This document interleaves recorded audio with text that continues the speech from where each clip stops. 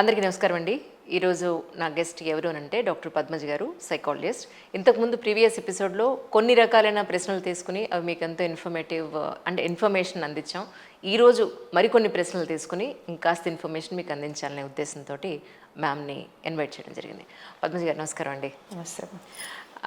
ముందుగా నిన్న మొన్న మీరు సోషల్ మీడియాలో చాలా చూసే ఉంటారు.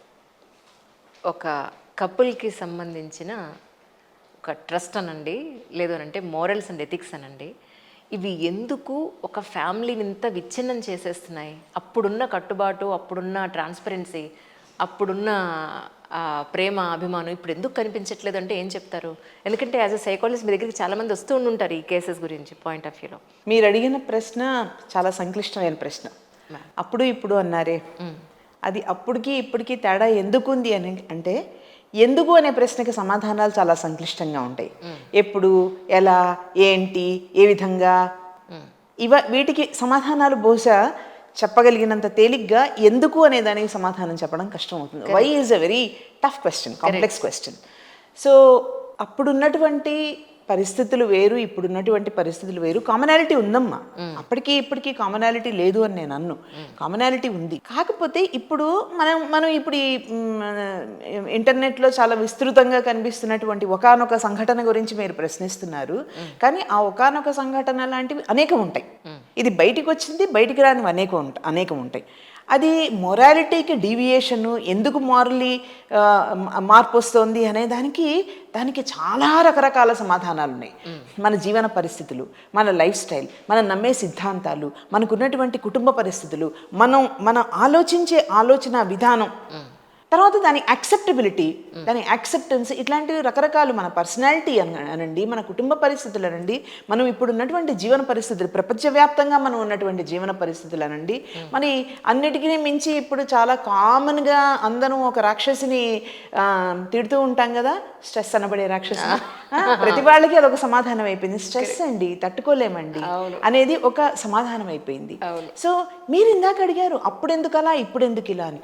అప్పుడున్నటువంటి పరిస్థితుల్లో అప్పుడు ఇలాంటి డీవియేషన్స్ లేవా? మగవాళ్ళు చాలా నిజాయితీగా, వెరీ లెస్ అని చెప్పుకోవచ్చేమో. రిపోర్టెడ్ లెస్ కావచ్చు కదమ్మా, రిపోర్టెడ్ లెస్ కావచ్చు కదా, బయటికి కనిపించింది లెస్ కావచ్చు కదా. మీరు సామాజిక పరిస్థితుల్ని మనం మర్చిపోకూడదు. అప్పుడు కూడా ఒక వాడికి డీవియేషన్ వచ్చేసి వాడి ఆలోచనల్లో కొన్నాళ్ళు పోయిన తర్వాత మోజు తీరిపోయో, లేకపోతే ప్యాషన్ లేకనో, ఇంకా ప్యాషన్ తగ్గిపోయింది, మరో చోట ప్యాషన్ పెరిగింది నాకు అని చెప్పుకోనో, వాడికి ఒకవేళ డీవియేషన్ ఉన్నా కడుపు చించుకుంటే కాళ్ళ మీద పడుతుంది అని గుండెల్లో బడబాగ్ని దాచుకుని బతికిన ఎంతో మంది ఆడవాళ్ళు ఉండేవాళ్ళు. మనకు అప్పట్లో మీరు సినిమాలు చూడండి, ఉదాహరణకి మీరు మీడియా వాళ్ళు కదా, మీరు అప్పట్లో సినిమాలు, సీరియల్స్ ఇట్లాంటివి చూడండి. అప్పటి స్త్రీలు ఎట్లా ఉండేవాళ్ళు. ఇప్పటి స్త్రీకి, ఇప్పటి అమ్మాయికి నేను ఎందుకు తట్టుకోవాలి, నేను ఎందుకు భరించాలి, నా పట్ల జరుగుతున్నటువంటి అన్యాయాన్ని, ఈ ఆవేదనని నా కడుపులోనే నేను ఎందుకు దాచుకోవాలి, నా జీవితాన్ని నేను ఎందుకు అన్యాయం చేసుకోవాలి అనే ప్రశ్న అప్పుడు లేదా? అప్పుడు కూడా ఉంది. కాకపోతే ఏంటంటే భర్త అంటే ఆయన్ని భరించాల్సింది భార్యే అనేటువంటి ఆలోచన ఉండేది. కుటుంబ పరిస్థితులు కూడా, అమ్మా ఆడదానివి నువ్వు ఓర్చుకోవాలి, ఎలా బతుకుతావు, పిల్లలు ఉన్నారు. తర్వాత ఇంకొకటండి, అప్పటికి ఇప్పటికీ కూడా మారింది ఏంటంటే తల్లిదనం, అమ్మదనం. పిల్లల కోసం అని చెప్పి అప్పటికే ఇప్పటికీ ఏ స్త్రీ అయినా కానీ పిల్లల గురించి ఫస్ట్ ఆలోచిస్తుంది. అవును. సో ఈ పిల్లలకి ఎక్కడ న్యాయం జరుగుతుందో, వీళ్ళెక్కడ దిక్కులేని వాళ్ళు అయిపోతారు అని అప్పటి ఆర్థిక, సామాజిక, మానసిక పరిస్థితులు, కుటుంబ జీవన వ్యవస్థ ఆ సమయంలో. కరెక్ట్. ఇది ఒక సైడ్ ఆఫ్ ది కాయిన్. కానీ రెండో సైడ్ ఆఫ్ ది కాయిన్ చూడండి, అప్పట్లో జాయింట్ ఫ్యామిలీస్ ఉండేవి. ఎక్కువగా జాయింట్ ఫ్యామిలీస్ ఉండేవి. దానివల్ల చాలా నష్టాలు ఉన్నాయి. మా జాయింట్ ఫ్యామిలీస్ ఏవో చాలా అద్భుతంగా ఉండేవి, జీవితం అంతా చూపించినట్టు ఎగిరి గంతులేస్తూ ఆటలు పాటలు కాదు. కానీ బాధ్యతల డివిజన్ ఉండేది, డిస్ట్రిబ్యూషన్ ఆఫ్ ఎనర్జీస్ ఉండేది, డిస్ట్రిబ్యూషన్ ఆఫ్ రెస్పాన్సిబిలిటీ ఉండేది. ఎవరికి వాళ్ళు ఇంతమందికి రెస్పాన్సిబుల్గా ఫీల్ అయ్యేవారు. కరెక్ట్. మీరు ఇప్పుడు అప్పటికి ఇప్పటికీ ఒక తేడా చూడండి. ఇప్పుడు తల్లిదండ్రుల విషయంలో కానీ, పిల్లల విషయంలో కానీ ఏదైనా సమస్య వచ్చింది అంటే, తల్లిదండ్రులు పిల్లల గురించి కానీ, పిల్లలు తల్లిదండ్రుల గురించి కానీ, లేదా సిబ్లింగ్స్ గురించి కానీ, తోబుట్టువుల గురించి కానీ, let them figure out what should be done అంటారు. ముఖ్యంగా చదువుకున్న పిల్లలు, చదువుకున్న వాళ్ళు, let them figure out what should be done. వాళ్ళని ఆలోచించుకొని ఏం చెయ్యాలో. ఒకప్పుడు అలా ఉండేదా? నువ్వు ఆలోచించుకోవడం ఏంటి, మనం ఆలోచిద్దాం. ఆ మనం మనం మనం అనే కోట్ అన్ కోట్ వ్యవస్థ ఇప్పుడు నేను నేను నేను మారింది. కాబట్టి అంటే దానిలో ఉండే నష్టాలు దానిలో ఉండొచ్చు, దీనిలో ఉండే నష్టాలు దీనిలో ఉండొచ్చు. కానీ ఈ ఈ పంచుకోవడాలు, మనసులు పంచుకోవడాలు, ఆత్మీయతలు పంచుకోవడాలు ఇవైతే ఏవేవైతే ఉన్నాయో షేరింగ్ అండ్ కేరింగ్, అది లిమిటెడ్ అయిపోయింది. ఇప్పుడు ఇదివరకు ఎప్పుడూ కూడా మనిషికి, వ్యక్తికి తనే సెంటర్, మనమే సెంటర్. నేనుకి సంబంధించినవే కదా ఆధ్యాత్మికంగా మాట్లాడుకుంటే, నేనుకి సంబంధించినవే కదా, నేను, నా ఫ్రెండ్, నా చుట్టం, నా తల్లి, నా తండ్రి, నా బిడ్డ, నేను లేనిది ఎక్కడా? కరెక్ట్ కదా. ఆ నేను అప్పుడు కూడా ఉంది, కానీ నేను మనలో భాగంగా ఉండేది. ఇప్పుడు నేను మనలో భాగం కాదు, నేను తర్వాత కావాలంటే అవసరమైతే మనం. ఈ నేను మనం మధ్య ఈ గ్యాప్ ఎక్కడైతే పెరిగిందో అప్పుడు ఏమవుతుందంటే అకౌంటబిలిటీ. నా కుటుంబానికి నేను జవాబుదారీ, నా కుటుంబంలో నేను తలెత్తుకోలేను అంటే పరువు ప్రతిష్ట, అది మాత్రమే కాదు. ఈ మాట మనం మాట్లాడితే పరువు ప్రతిష్ట అంటూ కొంతమంది పెద్దవాళ్ళు ఇప్పటికీ మాట్లాడతారు. ఆ మాట మాట్లాడితే నీ పరువు ప్రతిష్టకి నేను ఎందుకు బాధ్యుడిని అవ్వాలి, నా జీవితం నాది కదా అని చెప్పే పిల్లలు ఉన్నారు. కరెక్ట్. అంటే ఏంటంటే నాది, నేను నా జీవితం ఒక ఐలాండ్, నా చుట్టూ నేను ఏర్పరచుకున్నటువంటి ఐలాండ్ ఏదైతే ఉందో అది ముఖ్యమైపోయింది. ఈ డివిజన్, ఈ గ్యాప్ రావడం వల్ల ఇప్పుడు ఇంకొకరికి నేను ఎందుకు సమాధానం చెప్పుకోవాలి? ఒక పర్టిక్యులర్ ఇష్యూలో ఒకతను అడిగాడు, ఒక పర్టిక్యులర్ ఇష్యూ డిస్కస్ చేస్తున్నప్పుడు ఒకతను అడిగాడు, అవును మేడం నాకు భార్య ఉంది, కొడుకున్నాడు, సో వాట్? నా ఇష్టాన్ని నేను చంపుకోవాలా? నాకు అమ్మాయి పట్ల ఇష్టం పెరిగింది, నేను దాన్ని చంపుకోవాలా? వీళ్ళు ఉన్నారు కదా, నాకు కొడుకున్నాడు కదా, వాడి బాధ్యత నాకుంది కదా, నేనేం తప్పు చేశాను? వాడి బాధ్యత విషయంలో నేనేం తప్పు చేశాను? నా భార్యకి నేనేమి ఇవ్వలేదు, వాళ్ళకంతా న్యాయం చేస్తున్నాను కదా, వాళ్ళకి నేనేం అన్యాయం చేశాను? ఓకే. ఆ భార్య అడిగింది, నువ్వు న్యాయం చేసావా భార్యగా నాకు? నీ మనసు ఎప్పుడైతే ఇంకొకరితో పంచావో, నాకు భార్యగా అన్యాయం చేసినట్టే కదా, నేను నీకేం తక్కువ చేశాను? అంటే ఇలా ఉంటుంది వాళ్ళ వాదన. ఈ నేను అన్నటువంటి పరిధి ఎంత స్ట్రాంగ్ అయిపోయింది అంటే, ఆ బౌండరీస్ ఎంత స్ట్రాంగ్ అయిపోయినాయి అంటే, నేను తాలూకు బౌండరీస్, అందులోకి ఒకప్పుడు చాలా తేలిగ్గా దగ్గరగా మనసుకి వచ్చేటువంటి భార్య, పిల్లలు, తల్లిదండ్రులు, తోబుట్టువులు, వీళ్ళందరూ కూడా ఆ బౌండరీకి give me my personal space, but the personal space has become so strong that there is no we space. పిల్లలు అదే మాట, నాకు స్పేస్ ఇయ్యి అని, హస్బెండ్ అదే మాట, స్పేస్ ఇవ్వమని. మనం మీ స్పేస్ గురించి మాట్లాడుకుంటుంటాం కదా, సో మీ స్పేస్ ఎక్కువైపోయి వీ స్పేస్ తగ్గిపోయింది. సో దీనివల్ల ఏమవుతుందంటే, ఇప్పుడు ఇదివరకటి ఫ్యామిలీ వ్యవస్థలో కానీ, అప్పటి కుటుంబ జీవన పరిస్థితుల్లో కానీ, సామాజిక జీవన పరిస్థితుల్లో కానీ, ఇప్పుడు చావైనా పెళ్ళైనా నలుగురు గుమిగూడేది ఎందుకు? కష్టము పంచుకుంటాం, సుఖము పంచుకుంటాం. ఇప్పుడు ఏమైంది? మన నల్ల కళ్ళద్దాలు మన ప్రపంచం నుంచి దూరం చేసేస్తున్నాయి. మన కళ్ళల్లో ఏం జరుగుతుందో, మన కంటి నీరు కానీ, మన కంటిలో ఆనందం కానీ ఇంకొకళ్ళకి కనిపించకుండా మనమే దాచేసుకుంటున్నాం. అంటే ఏంటి? ఇంటర్నలైజ్ చేసేసుకుంటున్నాం. అక్కడ ఇంటర్నలైజ్ చేసేసుకుంటున్నాం మనం. దానివల్ల ఏమవుతుంది? మన మధ్య ఈ షేరింగ్ ఏదైతే ఉంటుందో అది ఉండదు. ఎప్పుడైతే షేరింగ్ ఉంటుందో అక్కడ కేరింగ్ ద్విగుణీకృతం అవుతుంది. కేరింగ్ సహజంగా ఉంటుంది, కాదంటల్లా, కరెక్ట్. కానీ షేరింగ్ ఉన్న చోట కేరింగ్ ద్విగుణీకృతం అవుతుంది. మనమిద్దరం పంచుకుంటున్న స్నేహంలో కానివ్వండి, ఏ అనుబంధంలో అయినా కానీ. ఇప్పుడు ఏమవుతుందంటే అవన్నీ దూరం అయిపోతున్నాయి. నా జీవితం నాదండి, నా జీవితాన్ని శాసించే హక్కు కానీ, నిర్ణయించే హక్కు కానీ నా భార్యకి ఎక్కడుంది, లేదా నా భర్తకి ఎక్కడుంది అంటే, ఇక్కడ హక్కులు అధికారాలు కాదు, భార్యాభర్తలు ఇద్దరి మధ్య షేరింగ్ అండ్ కేరింగ్. అవును, మనం అన్నీ పంచుకోవడం జరిగినప్పుడు దూరాలు ఎందుకు పెరుగుతాయి? అది అక్కడ ఎవరిది తప్పు అనేది అది నెక్స్ట్ మనం దాన్ని మాట్లాడుకోవాల్సింది. మనం జడ్జ్మెంట్ పాస్ చేయలేం కదా. డెఫినెట్గా మన సానుభూతి ఎవరి పట్ల ఉంటుందనేది అందరికీ తెలిసిందే. కానీ ఇక్కడ మనకి క్లియర్గా తెలుస్తుంది ఏంటి? నేను సుఖపడాలనుకున్నాను, నేను జీవితాన్ని ఒక విధంగా మలుచుకోవాలనుకుంటున్నాను, దానికి ఎవరు అడ్డంకి, ఎవరు అందులో జవాబుదారీలు కారు అని అన్న ఆ డిస్టెన్స్ ఏదైతే ఏర్పడుతుందో దానివల్ల బహుశా నాడు నేడు అన్న మీ ప్రశ్నకి చాలా ఎలాబరేట్గా ఒక పాయింట్ ఆఫ్ వ్యూ నుంచి చెప్పానమ్మా, మొత్తం చెప్పలేను.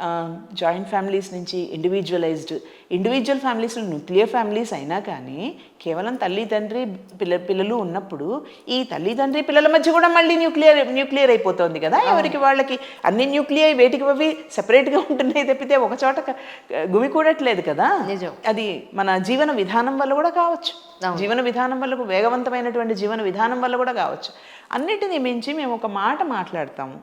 ఇది ఇవాళ నేను టెక్నికల్గా ఒక సైకాలజిస్ట్గా ఉపయోగించే పదమనే కాదు, మన భారతీయ జీవన విధానంలో ఆ మాటకు వస్తే ఈస్టర్న్ కలెక్టివ్ కల్చర్ ఎక్కడైతే ఉంటుందో అందులో జీవన విధానంలో ఎంపతి ఫ్యాక్టర్ చాలా ఎక్కువ ఉంటుందమ్మా, సహానుభూతి. అంటే మీలాగా మీ స్థానంలో నేను నిలబడి ఆలోచించగలగడం. అలా ఎప్పుడైతే ఆలోచిస్తామో అది తల్లి బిడ్డల మధ్య సహజంగా ఉంటుంది మేడం అంటారేమో. తల్లి బిడ్డల మధ్యే కాదు, కుటుంబంలో అందరి మధ్య ఉండేది ఒకప్పుడు.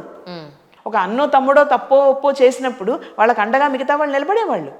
తప్పు చేస్తే సరిదిద్దేవాళ్ళు, వాళ్ళకి నచ్చ చెప్పేవాళ్ళు, వాళ్ళని బయటికి తీసుకొచ్చే నయాన భయాన్ని బయటికి తీసుకొచ్చే ప్రయత్నం. అందుకనే చెప్తున్నా కదా, జవాబుదారీతనం, అకౌంటబిలిటీ. అవును అవును. నా కుటుంబానికి నేను అకౌంటబుల్, నాకు నేను అకౌంటబుల్.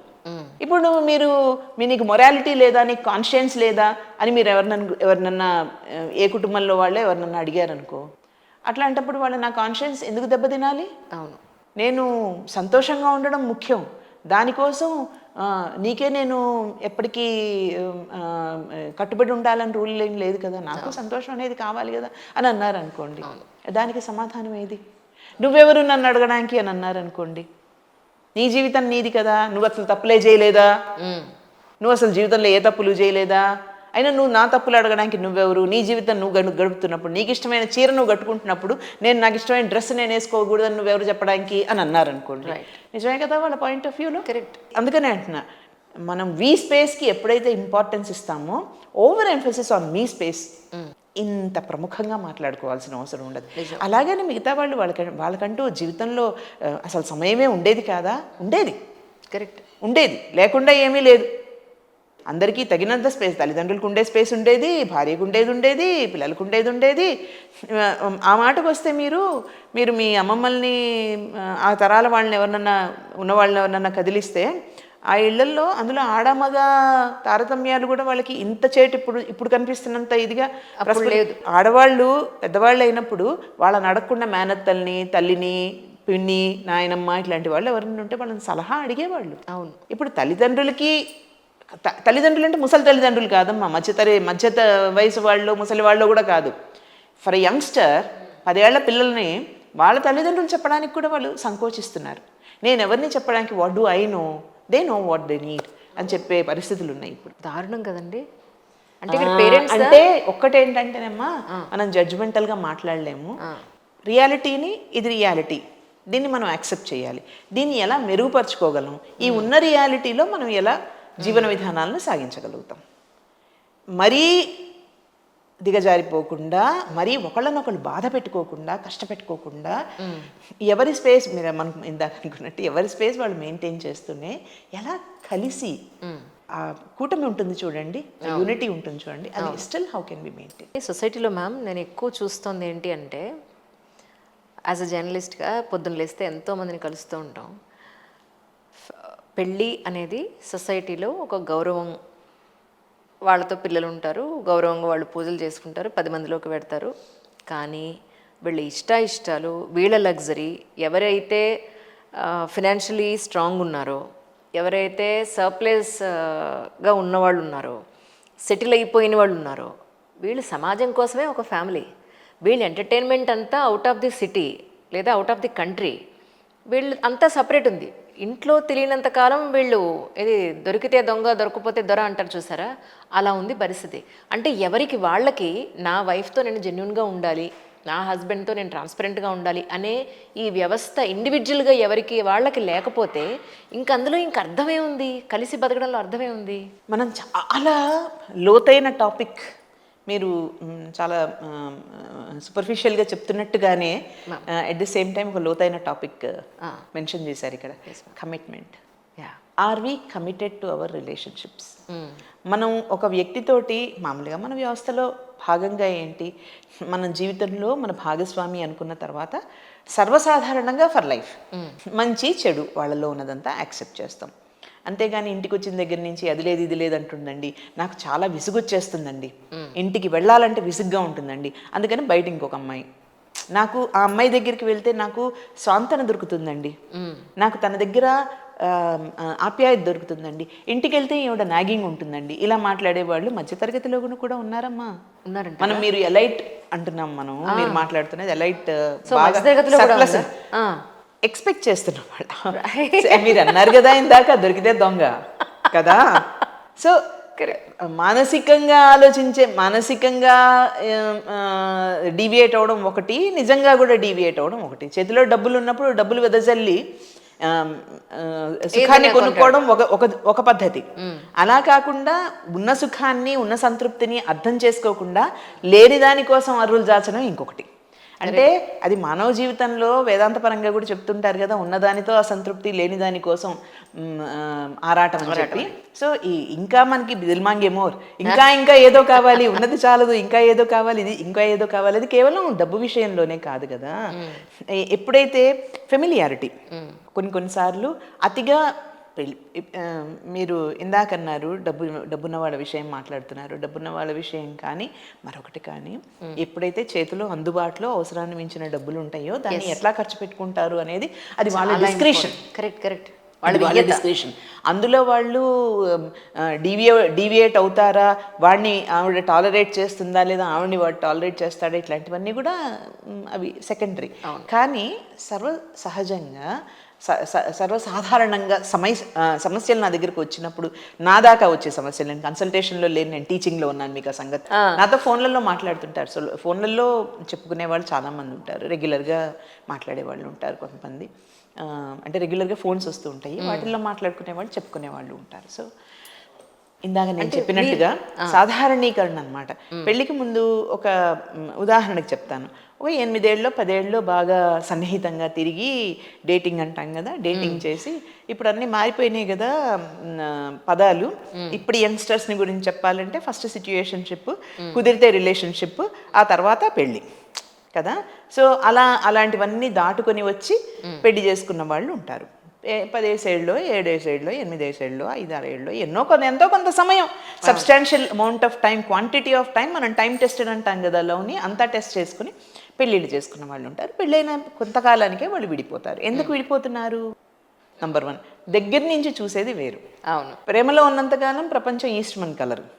తర్వాత వీడియో, మీరు చూపించే సినిమాలు, మీరు చూపించే మనం చూసే ఫోటోల్లో ఎప్పుడు కూడా ఉన్నదానికంటే ఎన్హాన్స్డ్గా కనిపిస్తుంది కదా. వీడియోలో కూడా చాలా అద్భుతమైనవి, అక్కడ కలర్ఫుల్గా ఉన్నదేదో కనిపిస్తుంది, ఇక్కడ కలర్ఫుల్గా ఉన్నదేదో ప్రస్ఫుటంగా కనిపిస్తుంది.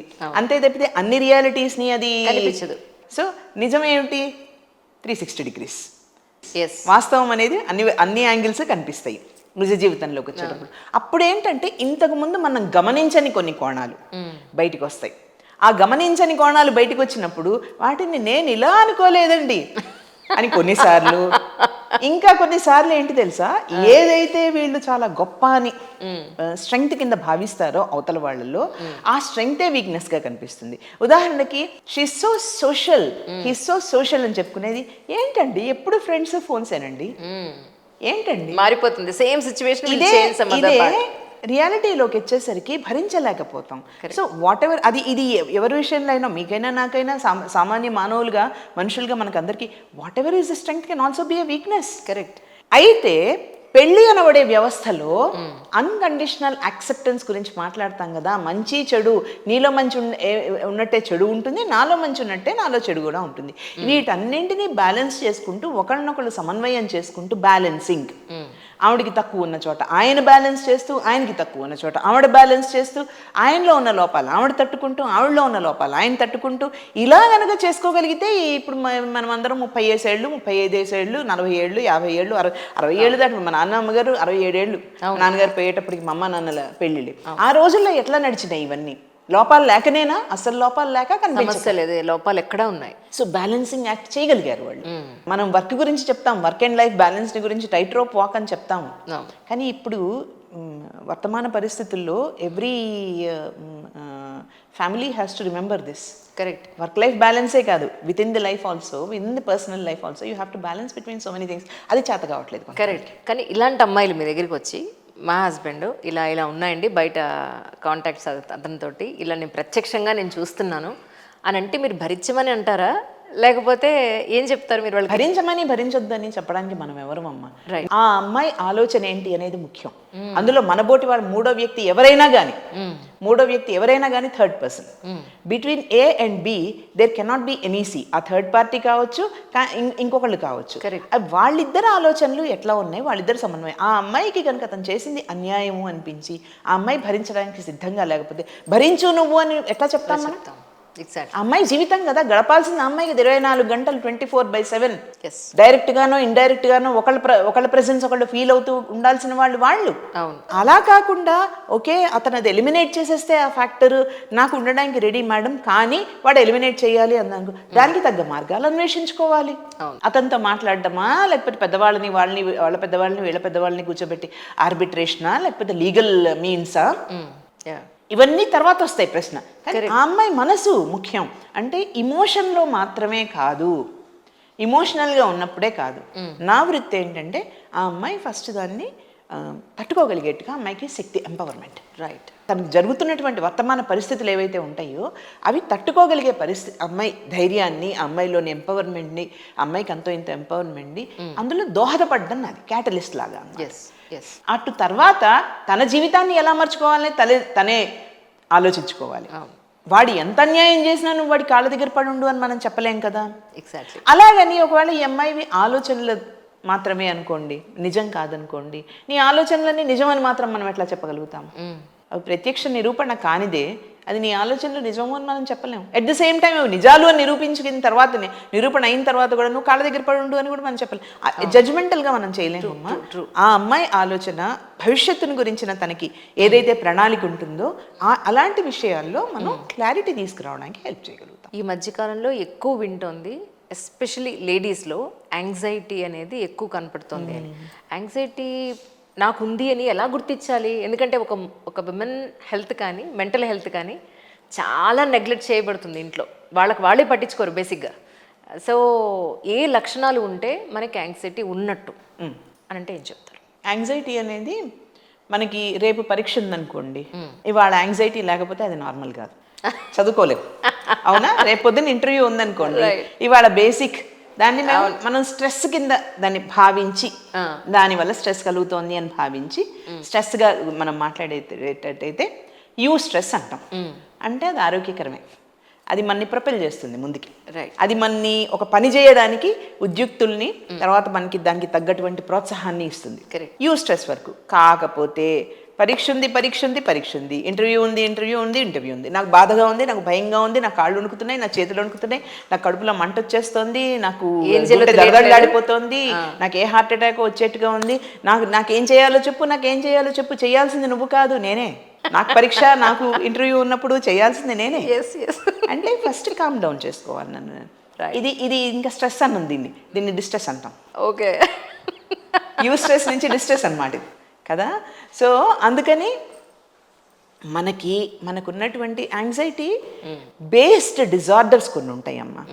ఇప్పుడు యాంగ్జైటీ బేస్గా, ఫౌండేషన్గా సివియర్ యాంగ్జైటీ. మామూలుగా అందుకే నేను ఇందాక మీకు అది బేసిక్ యాంగ్జైటీ గురించి ఎందుకు చెప్పాను అంటే, బేసిక్ యాంగ్జైటీ అనేది సహజ లక్షణం. రేపు పరీక్ష ఉన్నప్పుడు ఇవాళ కొంచెం యాంగ్షియస్గా ఫీల్ అవ్వడము, లేదా ఏదన్నా ఒక జీవితంలో ముఖ్యమైన సంఘటన జరుగుతుంది, ఏదైనా కార్యక్రమం ఉంది అన్నప్పుడు అంతో ఇంతో కొంచెం యాంగ్జైటీ ఉండడం, ఇవన్నీ సహజమైనవి. కాకపోతే అవి ఇవాళ అనిపిస్తుంది, రేపు అది ఆ సన్నివేశమో సంఘటన అయిపోయిన తర్వాత తగ్గిపోతుంది, నార్మలైజ్ అయిపోతాం. కరెక్ట్. అలా కాకుండా ఏ కారణము స్పెసిఫిక్గా తెలియకుండా కొన్నిసార్లు చిన్న కారణాలకి మీకు చిన్నగా అనిపించవచ్చు, కానీ నాకు చిన్నగా అనిపించకపోవచ్చు. అది సో కొన్ని కారణాలకి విపరీతమైన యాంగ్జైటీ ఫీల్ అవడం అంటే ఈ ఆందోళన, కుంఠనం అంటాం. లోపల ఆలోచన, విపరీతమైన ఆలోచనలు, ఈ బాధగా ఉండడము, ఏదో ఒక తెలియని చెప్పలేని ఫీలింగ్, దేని మీద మనసు నిలవకపోవడము, దేని మీద ఫోకస్ చేయలేకపోవడం, దేని మీద అటెన్షన్ పే చేయలేకపోవడము, ఒక కారణం లేని భయం, కారణం లేని ఆందోళన. వెరీ ఆఫన్ ఇది కారణం ఇది అని కారణాలు వెతుక్కుంటాం, కానీ నిజంగా స్పెసిఫిక్ కారణం అనేది కొన్నిసార్లు తెలియకపోవచ్చు. అలాంటి ఆందోళనని బేసిక్గా చేసుకొని కొంత కాలం పాటు కంటిన్యూస్గా 3 ముఖ్యమైన సూత్రాలు చెప్తామండి. ఇంటెన్సిటీ, తీవ్రమైన స్థాయి, డ్యూరేషన్, కొంత పర్టిక్యులర్ టైం వరకు, ఫ్రీక్వెన్సీ, ఇంటెన్సిటీ అండ్ డ్యూరేషన్. తరచుగా అట్లా అనిపించడం, ఫ్రీక్వెన్సీ అంటే తరచుగా అనిపించడం, చాలా ఎక్కువగా పదే అలాగే అనిపించడం, ఇంటెన్సిటీ చాలా తీవ్రంగా అనిపించడం, డ్యూరేషన్ కొంత టైం పీరియడ్ పాటు, అంటే ఏదో ఒక రోజో 2 రోజులో కాకుండా కొంత టైం పీరియడ్ పాటు అలా అనిపించడం. అది వాళ్ళకి తెలుస్తుంది, ఏదో ఉంది నాలో సమస్య ఉంది, ఎందుకో నాకు నేను సరిగ్గా ఉండలేకపోతున్నాను, నేనేం చేయలేకపోతున్నాను, దాని గురించి నేనేం చేయలేకపోతున్నాను అనే అవగాహన ఏర్పడినప్పుడు చేయడానికి ప్రయత్నాలు చేసినా వాళ్ళు ఏవి దానిలో నుంచి బయటికి రాలేనప్పుడు అలాంటప్పుడు డిజార్డర్, యాంగ్జైటీ డిజార్డర్. ఈ మూడు చూసుకొని ఫ్రీక్వెన్సీ, ఇంటెన్సిటీ, డ్యూరేషన్ ఇట్లాంటివన్నీ ఇవి కామన్గా కామన్గా చూసేవి చెప్తున్నాను. దీనిని మించి నేను సైకాలజిస్ట్ అయినా కానీ నేను డయాగ్నోస్ చేయడానికి, లేబుల్ చేయడానికి పనికిరాదండి. దానికి స్పెసిఫిక్ సైకాలజిస్ట్ ఉంటారు. ఉదాహరణకి ఒక క్లినికల్ సైకాలజిస్ట్ డయాగ్నోసిస్కి పనికొస్తారు, మందులు ఇవ్వాలంటే సైకాట్రిస్ట్, దానికి తగ్గ మెంటల్ హెల్త్ స్పెషలిస్ట్ అనుకుంటారు.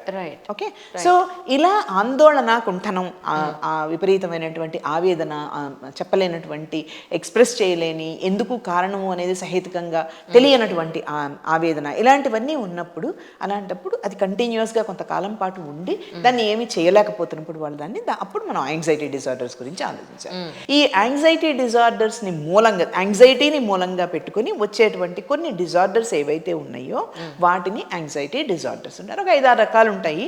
అవి మనకి క్లాసిఫికేషన్ సిస్టమ్స్ కొన్ని ఉన్నాయి, వాటిలో చెప్తారు వాటి గురించి. ప్రతి పర్టిక్యులర్ యాంగ్జైటీ డిజార్డర్కి స్పెసిఫిక్గా కొన్ని లక్షణాంశాలు ఉంటాయి.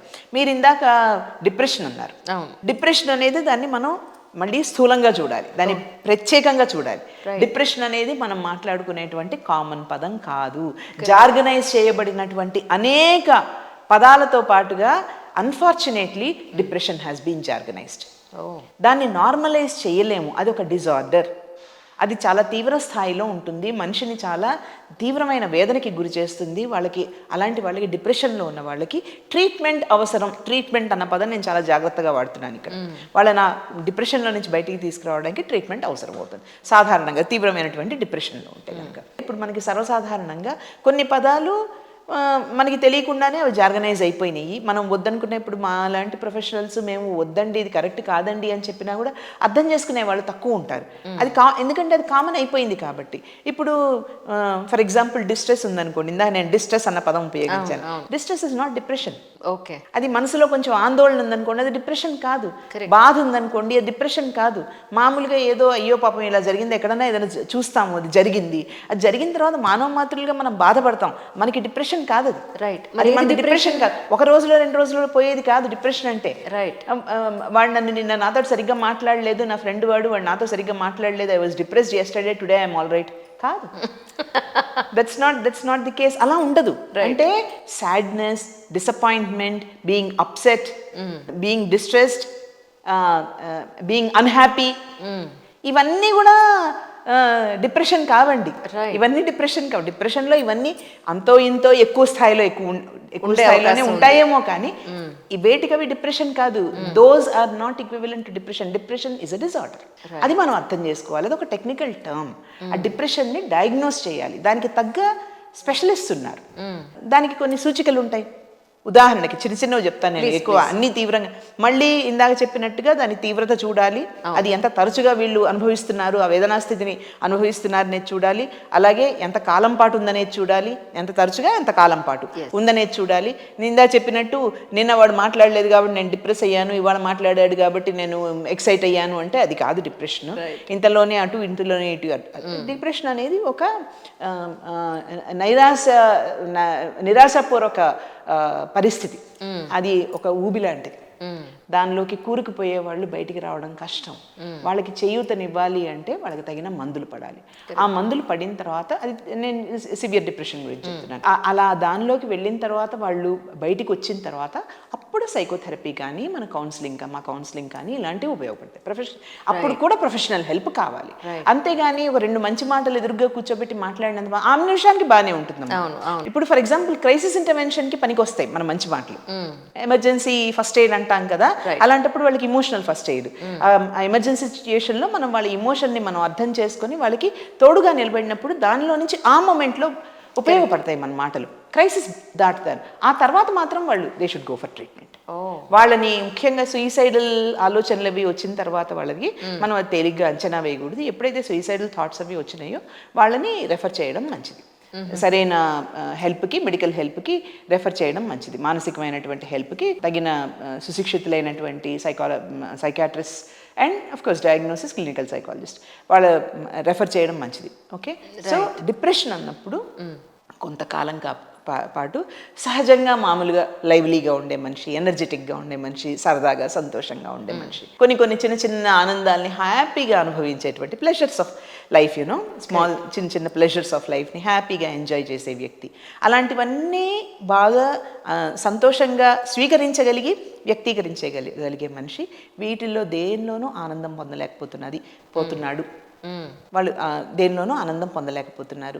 మామూలుగా సంతోషం కలిగించే ఏ విషయమైనా ఎవరికైనా ముఖ్యంగా వాళ్ళకి వ్యక్తిగతంగా వాళ్ళ వ్యక్తిత్వ ధోరణిని బట్టి సహజంగా వాళ్ళకి సంతోషం కలిగించే విషయాలేవి వాళ్ళకి సంతోషం కలిగించట్లేదు. ఓకే, వాళ్ళు మిగతా వాళ్ళతోటి చొరవగా మాట్లాడగలిగే మనుషులు, జనరల్గా మామూలుగా వ్యవహరించే మనుషులు కూడా, అతి చొరవగా మాట్లాడకపోయినా మామూలుగా వ్యవహరించే మనుషులు కూడా ఒక షెల్లోకి విత్డ్రా అయిపోతున్నారు, కుంచుకుపోతున్నారు, విత్డ్రా అయిపోతున్నారు, సంకోచం చెంది వెనక్కి ఒక చిన్న తమ చుట్టూ తాము ఒక గుహలాగా నిర్మించేసుకుని అందులోకి వెళ్ళిపోతున్నారు, ఒక చీకటి గుహలాగా వెళ్ళిపోతున్నారు అందులోకి. ఎవరితోనూ ఇష్టపడట్లా మాట్లాడడానికి. తర్వాత నిద్ర, ఆహారం విషయంలో అతి తేడాలు రావడానికి అవకాశం ఉంటుంది. అంటే under eating are over eating, under sleeping, over eating, అంటే మామూలు సహజంగా ఉండే వాటికి డీవియంట్గా ఉంటుంది.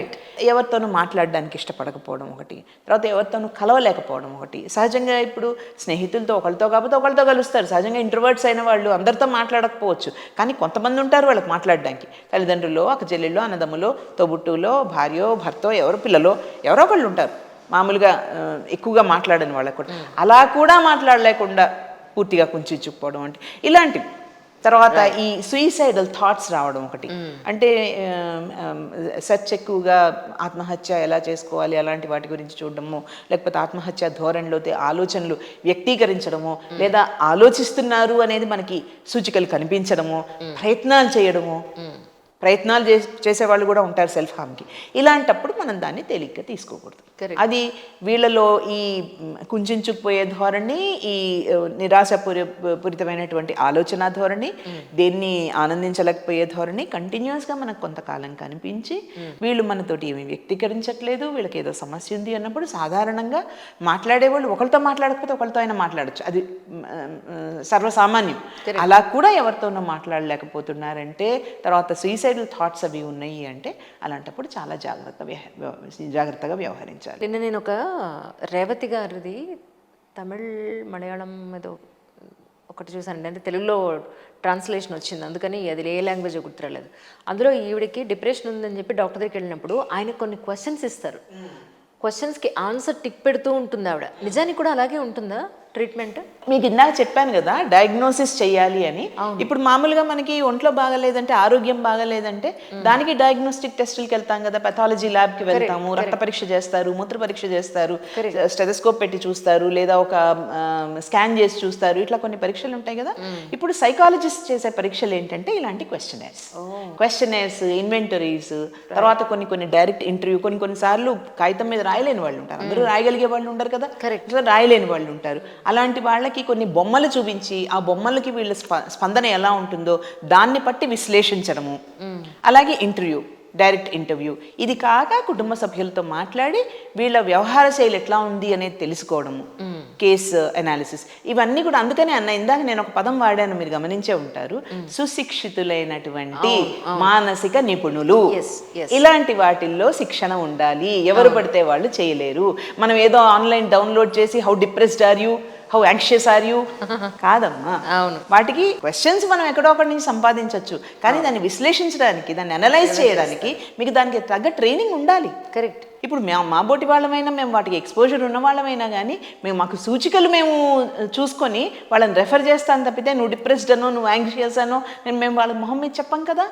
వాళ్ళు సరైన డయాగ్నోసిస్ జరగాలి. ఆ డయాగ్నోసిస్లో ఇప్పుడు మీరు చెప్పారు చూడండి, అది ఎవరు ఇచ్చారు? డాక్టర్ ఇచ్చాడు, సైకాట్రిస్ట్. మీరు చెప్తున్నటువంటి ఉదాహరణలో నేను చూడలేదు ఆ సినిమా, కానీ ఆ డాక్టర్ ఇచ్చాడు. డాక్టర్ ఎట్లా ఇవ్వగలిగాడు? ఎందుకంటే హీస్ ట్రైన్డ్. కరెక్ట్. ఆయన ఈవిడ రాసే సమాధానాల్ని బట్టి ఆయన విశ్లేషిస్తాడు.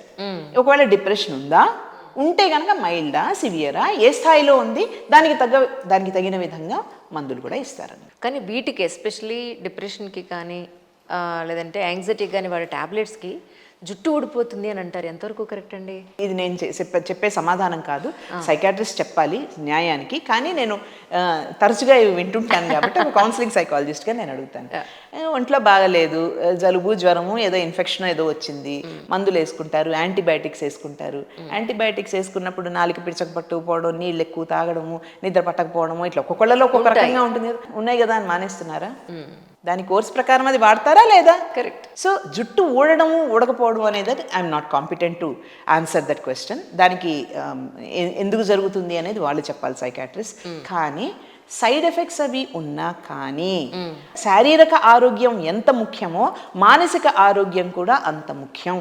శారీరక ఆరోగ్యాన్ని మనం ఎట్లా నిర్లక్ష్యం చేస్తామో, మీరు మొట్టమొదట ఒక బంగారం లాంటి మాట చెప్పారు, ఆడవాళ్ళు వాళ్ళకి వాళ్ళే లాస్ట్ ప్రయారిటీ అండి, వాళ్ళ సంగతి వాళ్ళు చూసుకోరు అని. ఆ మాట చాలా నిజం. ఆడైనా మగైనా ఎవరైనా కానీ బాధ్యతల బరువులో కుంగిపోతున్న మనుషులు, విపరీతమైన బాధ్యతల బరువు మోస్తున్న వాళ్ళకి లాస్ట్ ప్రయారిటీ అవుతారు. అలాంటి వాళ్ళకి శారీరక ఆరోగ్యము చూసుకోరు, మానసిక ఆరోగ్యం అంతకంటే చూసుకోరు, వాటికి టైమే ఉండదు. కాబట్టి నేనేం చెప్తున్నానంటే శారీరక ఆరోగ్యం కానీ మానసిక ఆరోగ్యం కానీ మనకి మనం ఆలోచించుకోవడం ముఖ్యం. స్ట్రెస్ అనేది లేని మనిషి అంటూ లేడు కదా జీవితంలో. స్ట్రెస్ అనేది ఎవరైనా చూపించండి నాకు. ఇంతమందితో, మీరు జర్నలిస్ట్ కదా, కొన్ని వందల వేల మందితో మాట్లాడుతుంటారు కదా, నేను సైకాలజిస్ట్ని కదా, నేను వందల వేల మందితో మాట్లాడుతుంటాను కదా. మీరు కానీ నేను కానీ అస్సలు నాకు స్ట్రెస్ లేదండి, I'm a happy person, no stress అనే మనిషిని ఒకళ్ళనన్నా చూసారా? లేదు లేదు. మరి అది భూతమైతే, స్ట్రెస్ అనేది భూతమైతే అందరినీ ఆవేశించిందిగా. కరెక్ట్. ఎందుకు అందరు కొంతమంది తట్టుకుంటున్నారు, కొంతమంది తట్టుకోలేకపోతున్నారు. ఇక్కడ కోపింగ్ అనేది వస్తుంది.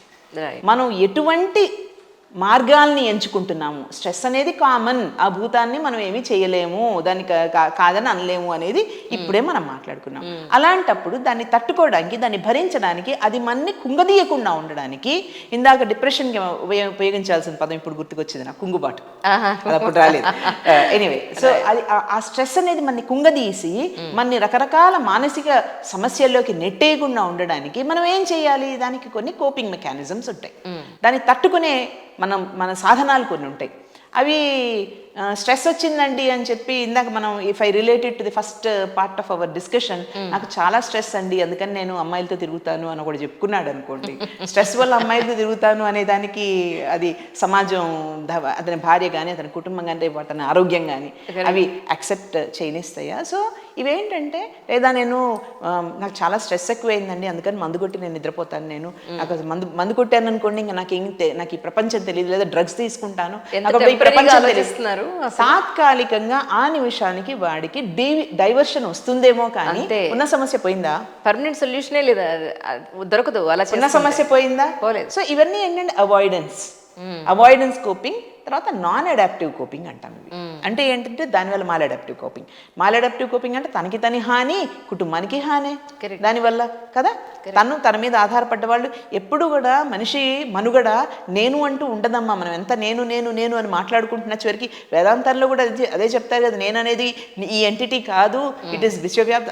సరే, అది ఆ డిస్కషన్ వేరనుకోండి. కానీ నేను ఒక్కటి సింగ్యులర్గా ఎప్పుడు బతుకం. Man is a social animal. మనం సామాజిక జీవులం. మనకి ఎంత మిగతా వాళ్ళందరూ వద్దనుకున్నా కనీసం మన ఫ్యామిలీ ఉంటుంది కదా.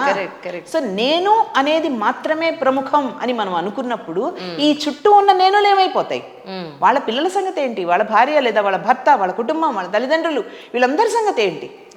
సో ఇక్కడ ఏమవుతుందంటే, ఈ నాన్ అకౌంటబిలిటీ వచ్చేసి నేను ఆ నిమిషాన్ని పారిపోతే చాలు అని అనుకున్నప్పుడు మిగతా వాళ్ళు సఫర్ అవుతారు కదా. ఎగ్జాక్ట్లీ. బాధ్యుడు నువ్వైనప్పుడు సఫర్ అయ్యేవాళ్ళు వేరు కదా.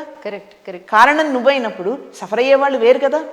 వాళ్ళకున్న సఫరింగ్ కాక కొత్త సఫరింగ్ యాడ్ చేసిన వాడు అవుతున్నావు కదా. సో ఇవన్నీ కూడా మనం దృష్టిలో పెట్టుకోవాలి మనం ఈ ఆలోచనలు ఆలోచించినప్పుడు. కాబట్టి ఆ కోపింగ్ అన్నప్పుడు రకరకాలు ఉంటుంది. మన ఆలోచన స్థాయిలో ఒక ప్రాబ్లమ్ని మాత్రమే చూస్తూ ప్రాబ్లం ఉంది నేనేం చేయను ఒక రకం. అప్పుడు మీరు అందరూ ముందుకు వచ్చేసి నువ్వు ఎందుకు బాధపడతావు, నువ్వు ఊరికే కూర్చో, నేను వచ్చి చేస్తాను అని మీరు అనేదాకా నేను అలా అనుకోవడం ఒక రకం. అలా కాకుండా నాకు ప్రాబ్లం ఉంది అని మీతో పంచుకుంటాను, కానీ సొల్యూషన్ కూడా మీతో డిస్కస్ చేస్తాను అనుకోండి. నేను ఇలా చేస్తే ఏమవుతుంది, ఇలా చేస్తే ఎలా అవుతుంది, ఇలా చేస్తే ఏమవుతుంది, పోనీ మీతో డిస్కస్ చేయొద్దు, నాకు నేనైనా ఆలోచించుకున్నాను అనుకోండి సొల్యూషన్స్ గురించి. ABC. ప్రపంచంలో ఏ సమస్యకి ఒకటే సొల్యూషన్ ఉండదు. మ్యాథమెటిక్స్లో కూడా అంతే కదా, ఒకటే సొల్యూషన్ కాదుగా, పలు సొల్యూషన్స్ చూపిస్తూనే ఉన్నారుగా. ఎంత క్లిష్టమైన సమస్యలకు కూడా జీవితంలో కూడా అంతే. ఏ సమస్యకి కూడా అబ్సల్యూట్ సొల్యూషన్ ఒకటే అంటూ ఉండదు. ఏ పనికి రానప్పుడు బి ఉంటుంది, బి పనికి రానప్పుడు సి ఉంటుంది, సి డి ఈ జీ ఎన్నో ఉంటాయి. జీ తర్వాత కూడా ఉంటాయి, కావాలంటే ఐ ఇల్ కూడా ఉంటాయి. ఎన్నో సొల్యూషన్స్ ఉంటాయి, మనం చూడాలి, కరెక్ట్, మనం వెతకాలి. సో ఈ సొల్యూషన్ ఓరియంటేషన్ ఉందా లేదా, ఇలాంటివన్నీ కూడా అంటే అవాయిడెన్స్ కోపింగ్ చేస్తున్నావా, లేకపోతే నువ్వు దాన్ని ఎదుర్కొనే ప్రయత్నం మనం కేవలం థ్రెట్గా చూస్తున్నామా, దాన్ని ఒక ఘోరమైనటువంటి విషయంగా చూస్తున్నామా, కరెక్టే సమస్య వచ్చింది, ఇది నాకు challenge, let me deal with these challenges అని చూస్తున్నామా. ఈ ఛాలెంజ్ని డీల్ చేసే క్రమంలో నేను ఒక్కడినేనా, లేదా నేను ఒక్కదాన్ని డీల్ చేయగలనా, లేదా మన చుట్టూ ఉన్నటువంటి సోషల్ సపోర్ట్కు తీసుకుంటానా, ఇలాంటివన్నీ కూడా రకరకాలుగా మనం మాట్లాడతామమ్మా ఈ కోపింగ్ గురించి మాట్లాడినప్పుడు. సో స్ట్రెస్ అనేది ఇన్ఎవిటబుల్, అది మనం మార్చలేము, దాన్ని తప్పించుకోలేము, పారిపోలేము. దాన్ని ఎట్లా తట్టుకోవాలి, ఎందుకు కొంతమంది బాగానే అదే సిచ్యుయేషన్ని మిగతా వాళ్ళు ఎలా తట్టుకుంటున్నారు, వీడెందుకు లేదా ఈవెందుకు దానికి కుప్పగూలిపోతోంది, అక్కడ వ్యక్తిత్వ ధోరణి. కరెక్ట్, వ్యక్తిత్వ ధోరణిని అందుకని మళ్ళీ మూలంలోకి వస్తున్నాం మనం. వ్యక్తిత్వ ధోరణిలో ఒక స్ట్రెంగ్త్, దృఢత్వాన్ని కనుక మనం పెంపొందించుకోగలిగామంటే జీవితంలో ఆటుపోట్లు అనేవి తప్పవు. జీవితం వేవ్ మోషన్, ఎప్పుడు పైనే ఉండం, ఎప్పుడు కిందే ఉండం, కిందికి వెళ్ళిన తర్వాత పైకి వస్తాం, మళ్ళీ పైన అక్కడే ఉన్నాం, మళ్ళీ కిందికి వెళ్తాం. కరెక్ట్, జీవితం వేవ్ మోషన్ కదా, ఆ కెరటాల్లాగా ఎగిరి పడుతూ ఉన్నప్పుడు సంసార సాగరం అంటారు ఎందుకు. అవునండి, ఇవన్నీ తట్టుకుంటూ ఆటుపోట్లు తట్టుకుంటూ పోవాలి అంటే మన ఆలోచన స్థాయి, దీనికి తర్కబద్ధత, కాగ్నిటివ్ ఓరియంటేషన్, మన ఆలోచనలని మనం ఎంత స్థిరంగా దృఢంగా ఉంచుకోగలుగుతున్నాం, మన ఆలోచనలు మనని కుదిదీసే విధంగా ఉంటున్నాయా, లేదా మనని దృఢతరం చేసే విధంగా ఉంటున్నాయా. ఈ దృఢతరం చేయడానికి మనం ప్రయత్నం చేయడానికి మేము కొన్ని సైకాలజిస్ట్ మేము కానీ, క్లినికల్ సైకాలజిస్ట్ కానీ, సైకాట్రిస్ట్ కానీ మేము మాట్లాడేటప్పుడు ఆ దృక్పథం గురించి ఆలోచిస్తామమ్మా. సో స్ట్రెస్ అనేది తప్పదు, కోపింగ్ ఉంటుంది, రకరకాల కోపింగ్ ఉంటుంది. ఇందులో మనం అడాప్టివ్ కోపింగ్, మనకి మనం సమస్యల్ని పరిష్కరించుకునే దిశగా వెళ్ళడానికి మనం ప్రయత్నం చేయడము, ఇలాంటివి చేసినప్పుడు ఇప్పుడు ఇంత మాటలు మనం మాట్లాడుకోకర్లేదు, నాకే యాంగ్జైటీ, నాకే డిప్రెషన్, ఇలాంటివి అనుకోకర్లేదు. ఓకే, డిప్రెషన్ లేని వాళ్ళు, డిప్రెషన్ టైప్ ఆఫ్ ఆలోచన, కుంగుబాటు లాంటి ఆలోచనలు లేని వాళ్ళు, జీవితంలో ఏదో ఒకసారి ఆటుపోట్లు ఎదుర్కొన్న వాళ్ళు ఉండరేమో కదా, ప్రతి వాళ్ళు ఎదుర్కొంటారు కదా. అలాంటప్పుడు నిరాశ అందరికీ కలుగుతుంది కదా, కానీ ఎలా బయటకు వస్తున్నారు? అట్లా అని మా అందరికీ నిరాశ లేదా, నీకు ఒక్కదానికైనా నిరాశ కాదమ్మా. ఎవరి సమస్య వాళ్ళకి, ఎవరి నొప్పి వాళ్ళకి తెలుస్తుంది, ఎవరి సమస్య వాళ్ళకి ప్రముఖం, ఎవరి సమస్య వాళ్ళకి ముఖ్యం. కరెక్టే, సమస్య ఉంది, అర్థం చేసుకుందాం, ఎంపతి చూపిద్దాం. తర్వాత వాళ్ళు దానిలో నుంచి వాళ్ళంతటా వాళ్ళుగా పైకి ఎట్లా లేస్తారు అనే దానిలో మనం చేయూతనిద్దాం. అది సమాజంలో కేవలం మేము సైకాలజిస్ట్ అనే కాదు, మనందరము కూడా సాటి వాళ్ళుగా, సమాజంలో సంఘజీవులుగా అందరం కలిసి తోడ్పడేది. ఇదే మన నాడు జరిగింది. కరెక్ట్, ఇందాక మొట్టమొదట మనం మొదలు పెట్టుకున్నాం కదా నాడు నేడు. నేడు ఏమవుతుందంటే నీ సంగతి నువ్వు చూసుకో, నా సంగతి నేను చూసుకుంటాను. నీకు ప్రాబ్లం ఉంటే గో టు అ సైకాట్రిస్ట్, నాకు ప్రాబ్లం ఉంటే I'll go to a psychotherapist. మనమిద్దరం ముందెందుకు మాట్లాడుకోవడానికి ప్రయత్నం చేయము? ఎగ్జాక్ట్లీ.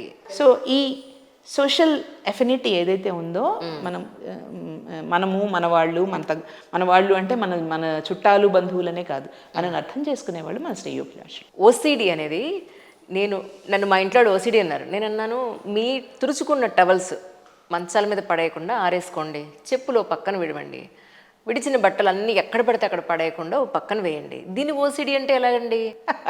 సో ఏమైందంటే ఇందాక నేను చెప్పాను కదా, డిప్రెషన్, ఓసిడి, హైపర్ యాక్టివిటీ, ఇట్లాంటి కొన్ని పదాలు ఉన్నాయి చూడండి, వాటిని జార్గనైజ్ చేసేసాం. Thanks to movies, thanks to media.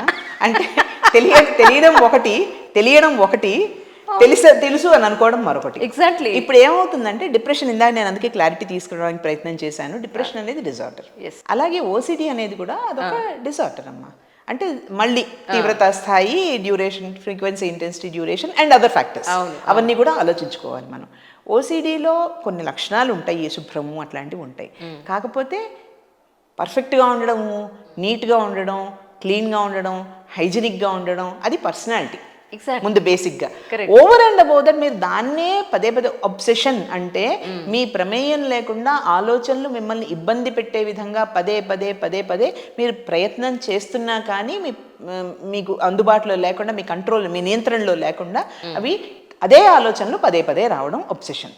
Compulsion అంటే మీకు మీకు మీకు బాధ కలిగిస్తున్నా, మీకు ఇబ్బంది కలిగిస్తున్నా అదే పనిని పదే పదే పదే పదే చేయడం అనేది కంపల్షన్.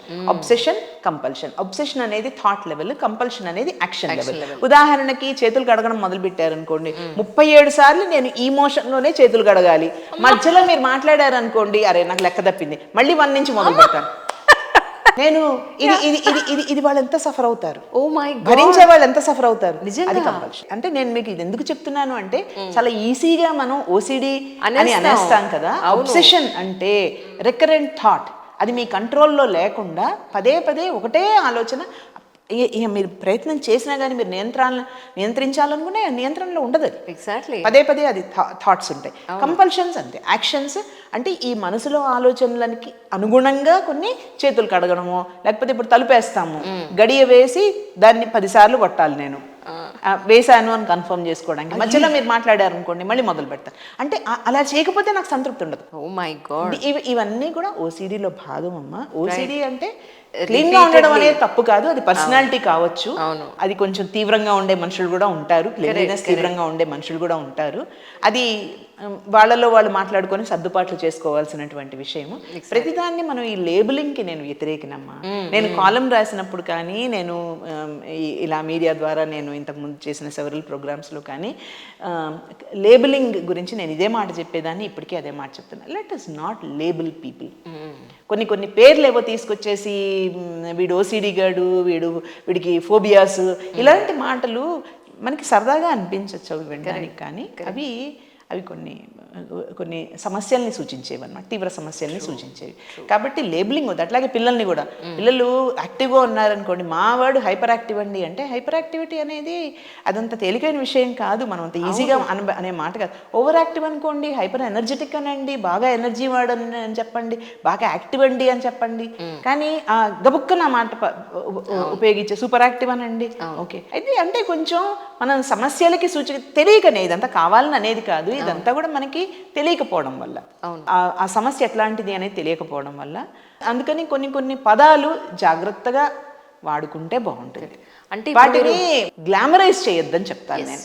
ఇప్పుడు నేను డిప్రెస్డ్ అండి అనేది గ్లామరైజ్ చేసే పదం కాదు, వాళ్ళకి దే నీడ్ ట్రీట్మెంట్. గ్లామరైజ్ చేయొద్దు మనం కొన్ని పదాలని.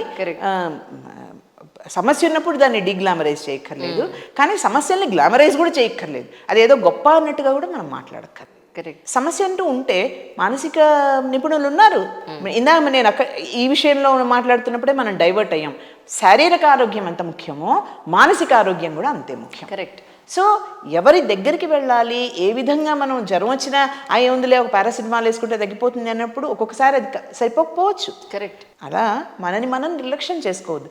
మనం స్ట్రెస్లో ఉన్నాము అన్నప్పుడు ఓకే, దానికి తగ్గ కోపింగ్ ఏం చేసుకోవచ్చు, నా పరిధిలో నేను ఏం చేయొచ్చు, ఇలా మనం కొంచెం ఆలోచించి అవసరమైతే కనుక కొంచెం కౌన్సిలింగ్ ఇస్ ఫర్ నార్మల్స్. మన లాంటి వాళ్ళ నార్మల్గా ఆలోచించే మనుషులకి ఒక్కొక్కసారి మనకు ఉన్నటువంటి సమస్య వల్ల మనకి క్లౌడింగ్ వచ్చేస్తుంది, మబ్బు గమ్మినట్టుగా మనం కన్ఫ్యూషన్లోకి వెళ్తాం. అట్లాంటప్పుడు ఏమవుతుంది, మన క్లౌడింగ్ ఏదైతే ఉందో మనమే క్లియర్ చేసుకోగలం దాన్ని. కరెక్ట్. అందుకు కౌన్సిలింగ్ దోహదపడుతుంది. కరెక్ట్. కౌన్సిలర్ల దగ్గరికి వెళ్ళినంత మాత్రాన అది తప్పేమీ కాదు, అదొక నేరమో ఘోరమో అంతకంటే కాదు. కరెక్ట్. జ్వరం వస్తే డాక్టర్ దగ్గరికి వెళ్ళడానికి ఎట్లా అయితే సందేహించమో, మనకి ఏదైనా మానసికమైన సమస్య ఉంది అని మనకు గట్టిగా అనిపించినప్పుడు, మన కుటుంబం మన జీవన విధానాన్ని అది ఎఫెక్ట్ చేస్తున్నప్పుడు ఒక మానసిక ఆరోగ్య నిపుణుల దగ్గరికి వెళ్ళడానికి కూడా మనం సందేహించక్కర్లేదు. ఇందాక మీరు మాట్లాడారు నేను టీచింగ్ సైడ్ వెళ్ళాను అని, అంటే ఇప్పుడు 1-to-1 పేషెంట్స్ చుట్టలేదా మీరు? నేను అసలు కన్సల్టేషన్లో ఎప్పుడూ లేనమ్మా, నాది సర్వీస్ ఎక్కువ భాగము. నేను కేసెస్ టేకప్ చేసేదాన్ని చాలా ఏళ్ళు, కానీ నేను ఇప్పుడు ఫుల్ టైమ్ టీచింగ్లో ఉన్నాను. అప్పుడు పార్ట్ టైం చేసేదాన్ని టీచింగ్, ఇప్పుడు ఫుల్ టైం టీచింగ్లో ఉన్నాను. నేను కేసెస్ అంటూ కన్సల్టేషన్గా నేనేం టేకప్ చేయను, కానీ ఫోన్లలో మాట్లాడుతుంటారు, టెలి కౌన్సిలింగ్ అది ఇస్తూ ఉంటాను. ఓకే. సాధారణంగా నాకు కొంచెం మంచి నెట్వర్క్ ఉంది కాబట్టి, నేను హైదరాబాద్ ఇక్కడ మనిషిని కాబట్టి నాకు మంచి నెట్వర్క్ ఉంది కాబట్టి రెఫర్ చేస్తూ ఉంటాను. నాకు తెలిసిన మంచి సైకాలజిస్ట్, సైకాట్రిస్ట్ ఉన్నారు, వాళ్ళకి రెఫర్ చేస్తాను. అవసరాన్ని బట్టి, రెలవెన్స్ని బట్టి రెఫర్ చేస్తూ ఉంటాను. టీచింగ్ అంటే ఇప్పుడు ఎందులో చేస్తున్నారు రైట్ నౌ? నేను యూనివర్సిటీ ఆఫ్ హైదరాబాద్లో సెంటర్ ఫర్ హెల్త్ సైకాలజీకి and the head and professor. That's nice. I'm professor in head. That's excellent. That's excellent. University of హైదరాబాద్లో సెంటర్ ఫర్ హెల్త్ సైకాలజీ అంటారు, స్కూల్ ఆఫ్ మెడికల్ సైన్సెస్లో అదొక భాగం unit. Right. దానిలో I'm the professor in head. So more research point of view ఉంటారు. నేను research చేస్తానమ్మా, research projects ఉన్నాయి. ఆల్రెడీ నా దగ్గర ఒక 5 అవార్డెడ్ పిహెచ్డీస్ ఉన్నాయి, ఇంకా పిహెచ్డీ చేస్తున్న వాళ్ళు ఉన్నారు. అది కాక రీసెర్చ్ చేస్తాను నేను.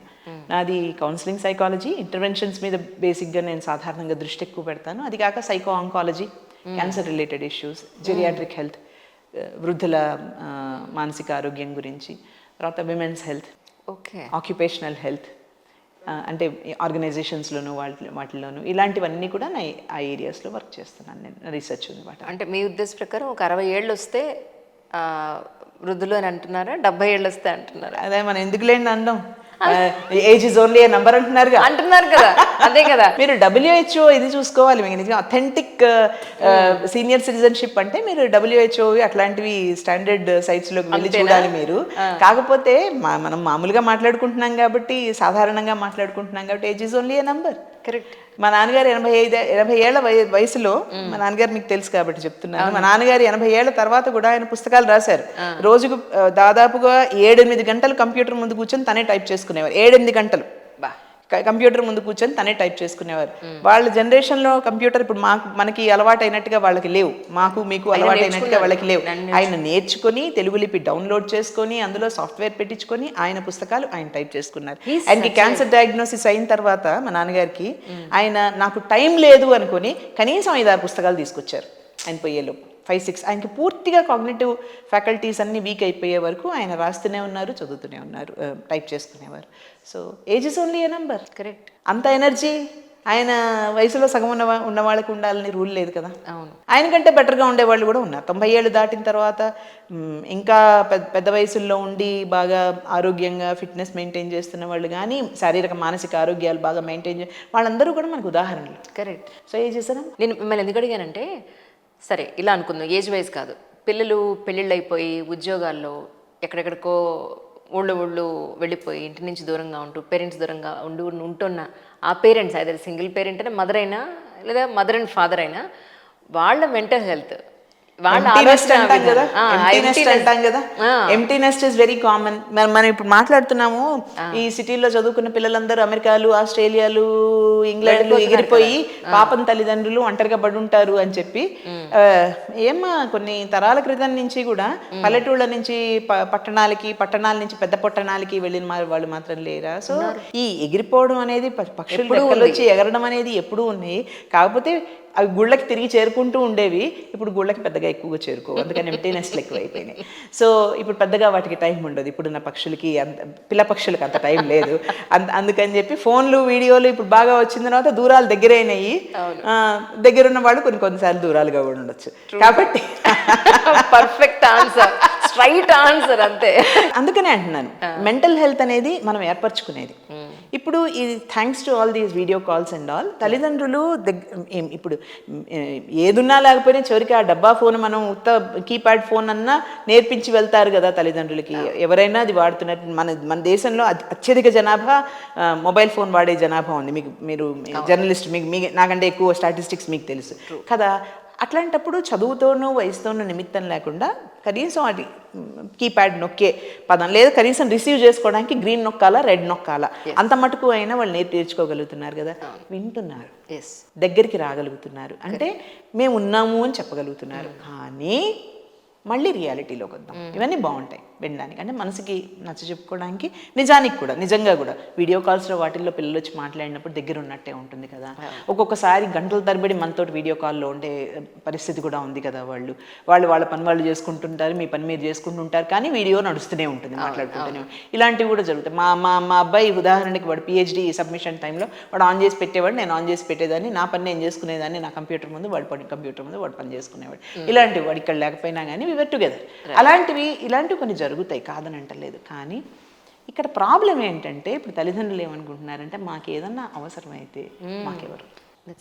ఇక్కడ నేను మళ్ళీ సాంఘీకరణ గురించి మాట్లాడతాను. ఇప్పుడు పియర్ సపోర్ట్ సోషల్ సపోర్ట్ మనం గ్యాదర్ చేసుకోగలిగామనుకోండి, అంత దూరాల నుంచి వాళ్ళు వచ్చినా రాకపోయినా. ఇప్పుడు ఏ వయసుకు సమవయస్కుల ఇంపార్టెన్స్ ఎప్పుడు ఏ వయసుకు ఆ వయసుకు ఉంటుంది. అడాలసెంట్స్కి కొమారియన్లోనే మాత్రమే కాదు, యూత్కి వాళ్ళ వయసు వాళ్ళు కావాలిగా, మిడిల్ ఏజ్ వాళ్ళకి వాళ్ళ వయసు వాళ్ళు కావాలిగా. అట్లాగే వృద్ధాప్యం వైపుకి అడుగులేస్తున్నప్పుడు కూడా మన వయసు వాళ్ళతోటి మనం కొంచెం ఎక్కువ సామీప్యం పెంచుకోగలిగితే గనక అగైన్ షేరింగ్ అండ్ కేరింగ్. మన భావాలు పంచుకుంటాం, మంచి చెడు పంచుకుంటాం. కొన్నిసార్లు అంటే ప్రతిదీ ఇందాక నేను ఒక మాట చెప్పాను, strength can be weakness also అని. ఈ క్రమంలో కొన్నిసార్లు అపోహలు అట్లాంటివి కూడా రావచ్చు. కానీ అట్ ద సేమ్ టైం అది కొంత థెరపిటిక్గా కూడా పనికి వస్తుంది. సోషల్ సపోర్ట్ ఉంటుంది కదా మన బంధువులతో కానీ, స్నేహితులతో కానీ, పియర్ గ్రూప్ సమవయస్కులతో కానీ. సో ఎంప్టీ నెస్ట్ అనేది కేవలం మన నెస్ట్ గురించే మనం ఆలోచించుకుంటే ఉంటుంది. కానీ తోటి నెస్టులతో పాటు పక్షులన్నీ సమూహంగా ఉంటాయి ఎప్పుడు. ఏం వృద్ధ పక్షులు సమూహంగా ఎందుకు ఉండకూడదు? కరెక్ట్. సమూహం అనేది ఎప్పుడూ కూడా మన మనసుకి చాలా గట్టినిస్తుంది, దృఢత్వాన్ని ఇస్తుంది. సో సమస్యలు ఉంటాయమ్మా, వాటికి సొల్యూషన్స్ మనం ఎట్లా వెతుక్కుంటాము అనేది మన మీద ఆధారపడి ఉంటుంది. సమస్యలు ఉంటాయి, ఎవరికి ఉండవు? ఇప్పుడు సాధారణంగా తల్లిదండ్రులు ఎవరైనా ఏం ఆలోచిస్తాం, ఇప్పటి తరం తల్లిదండ్రులు ఏం ఆలోచిస్తాం, మన ఇమోషన్స్ వాళ్ళ గ్రోత్కి అడ్డం పడకూడదని అనుకుంటాం కదా. ఉంటుంది, మా దగ్గర ఉండాలి మా పిల్లలు అనేది ఉంటుంది. రాగలిగితే సంతోషం, ఉంటే అంతకంటే సంతోషం.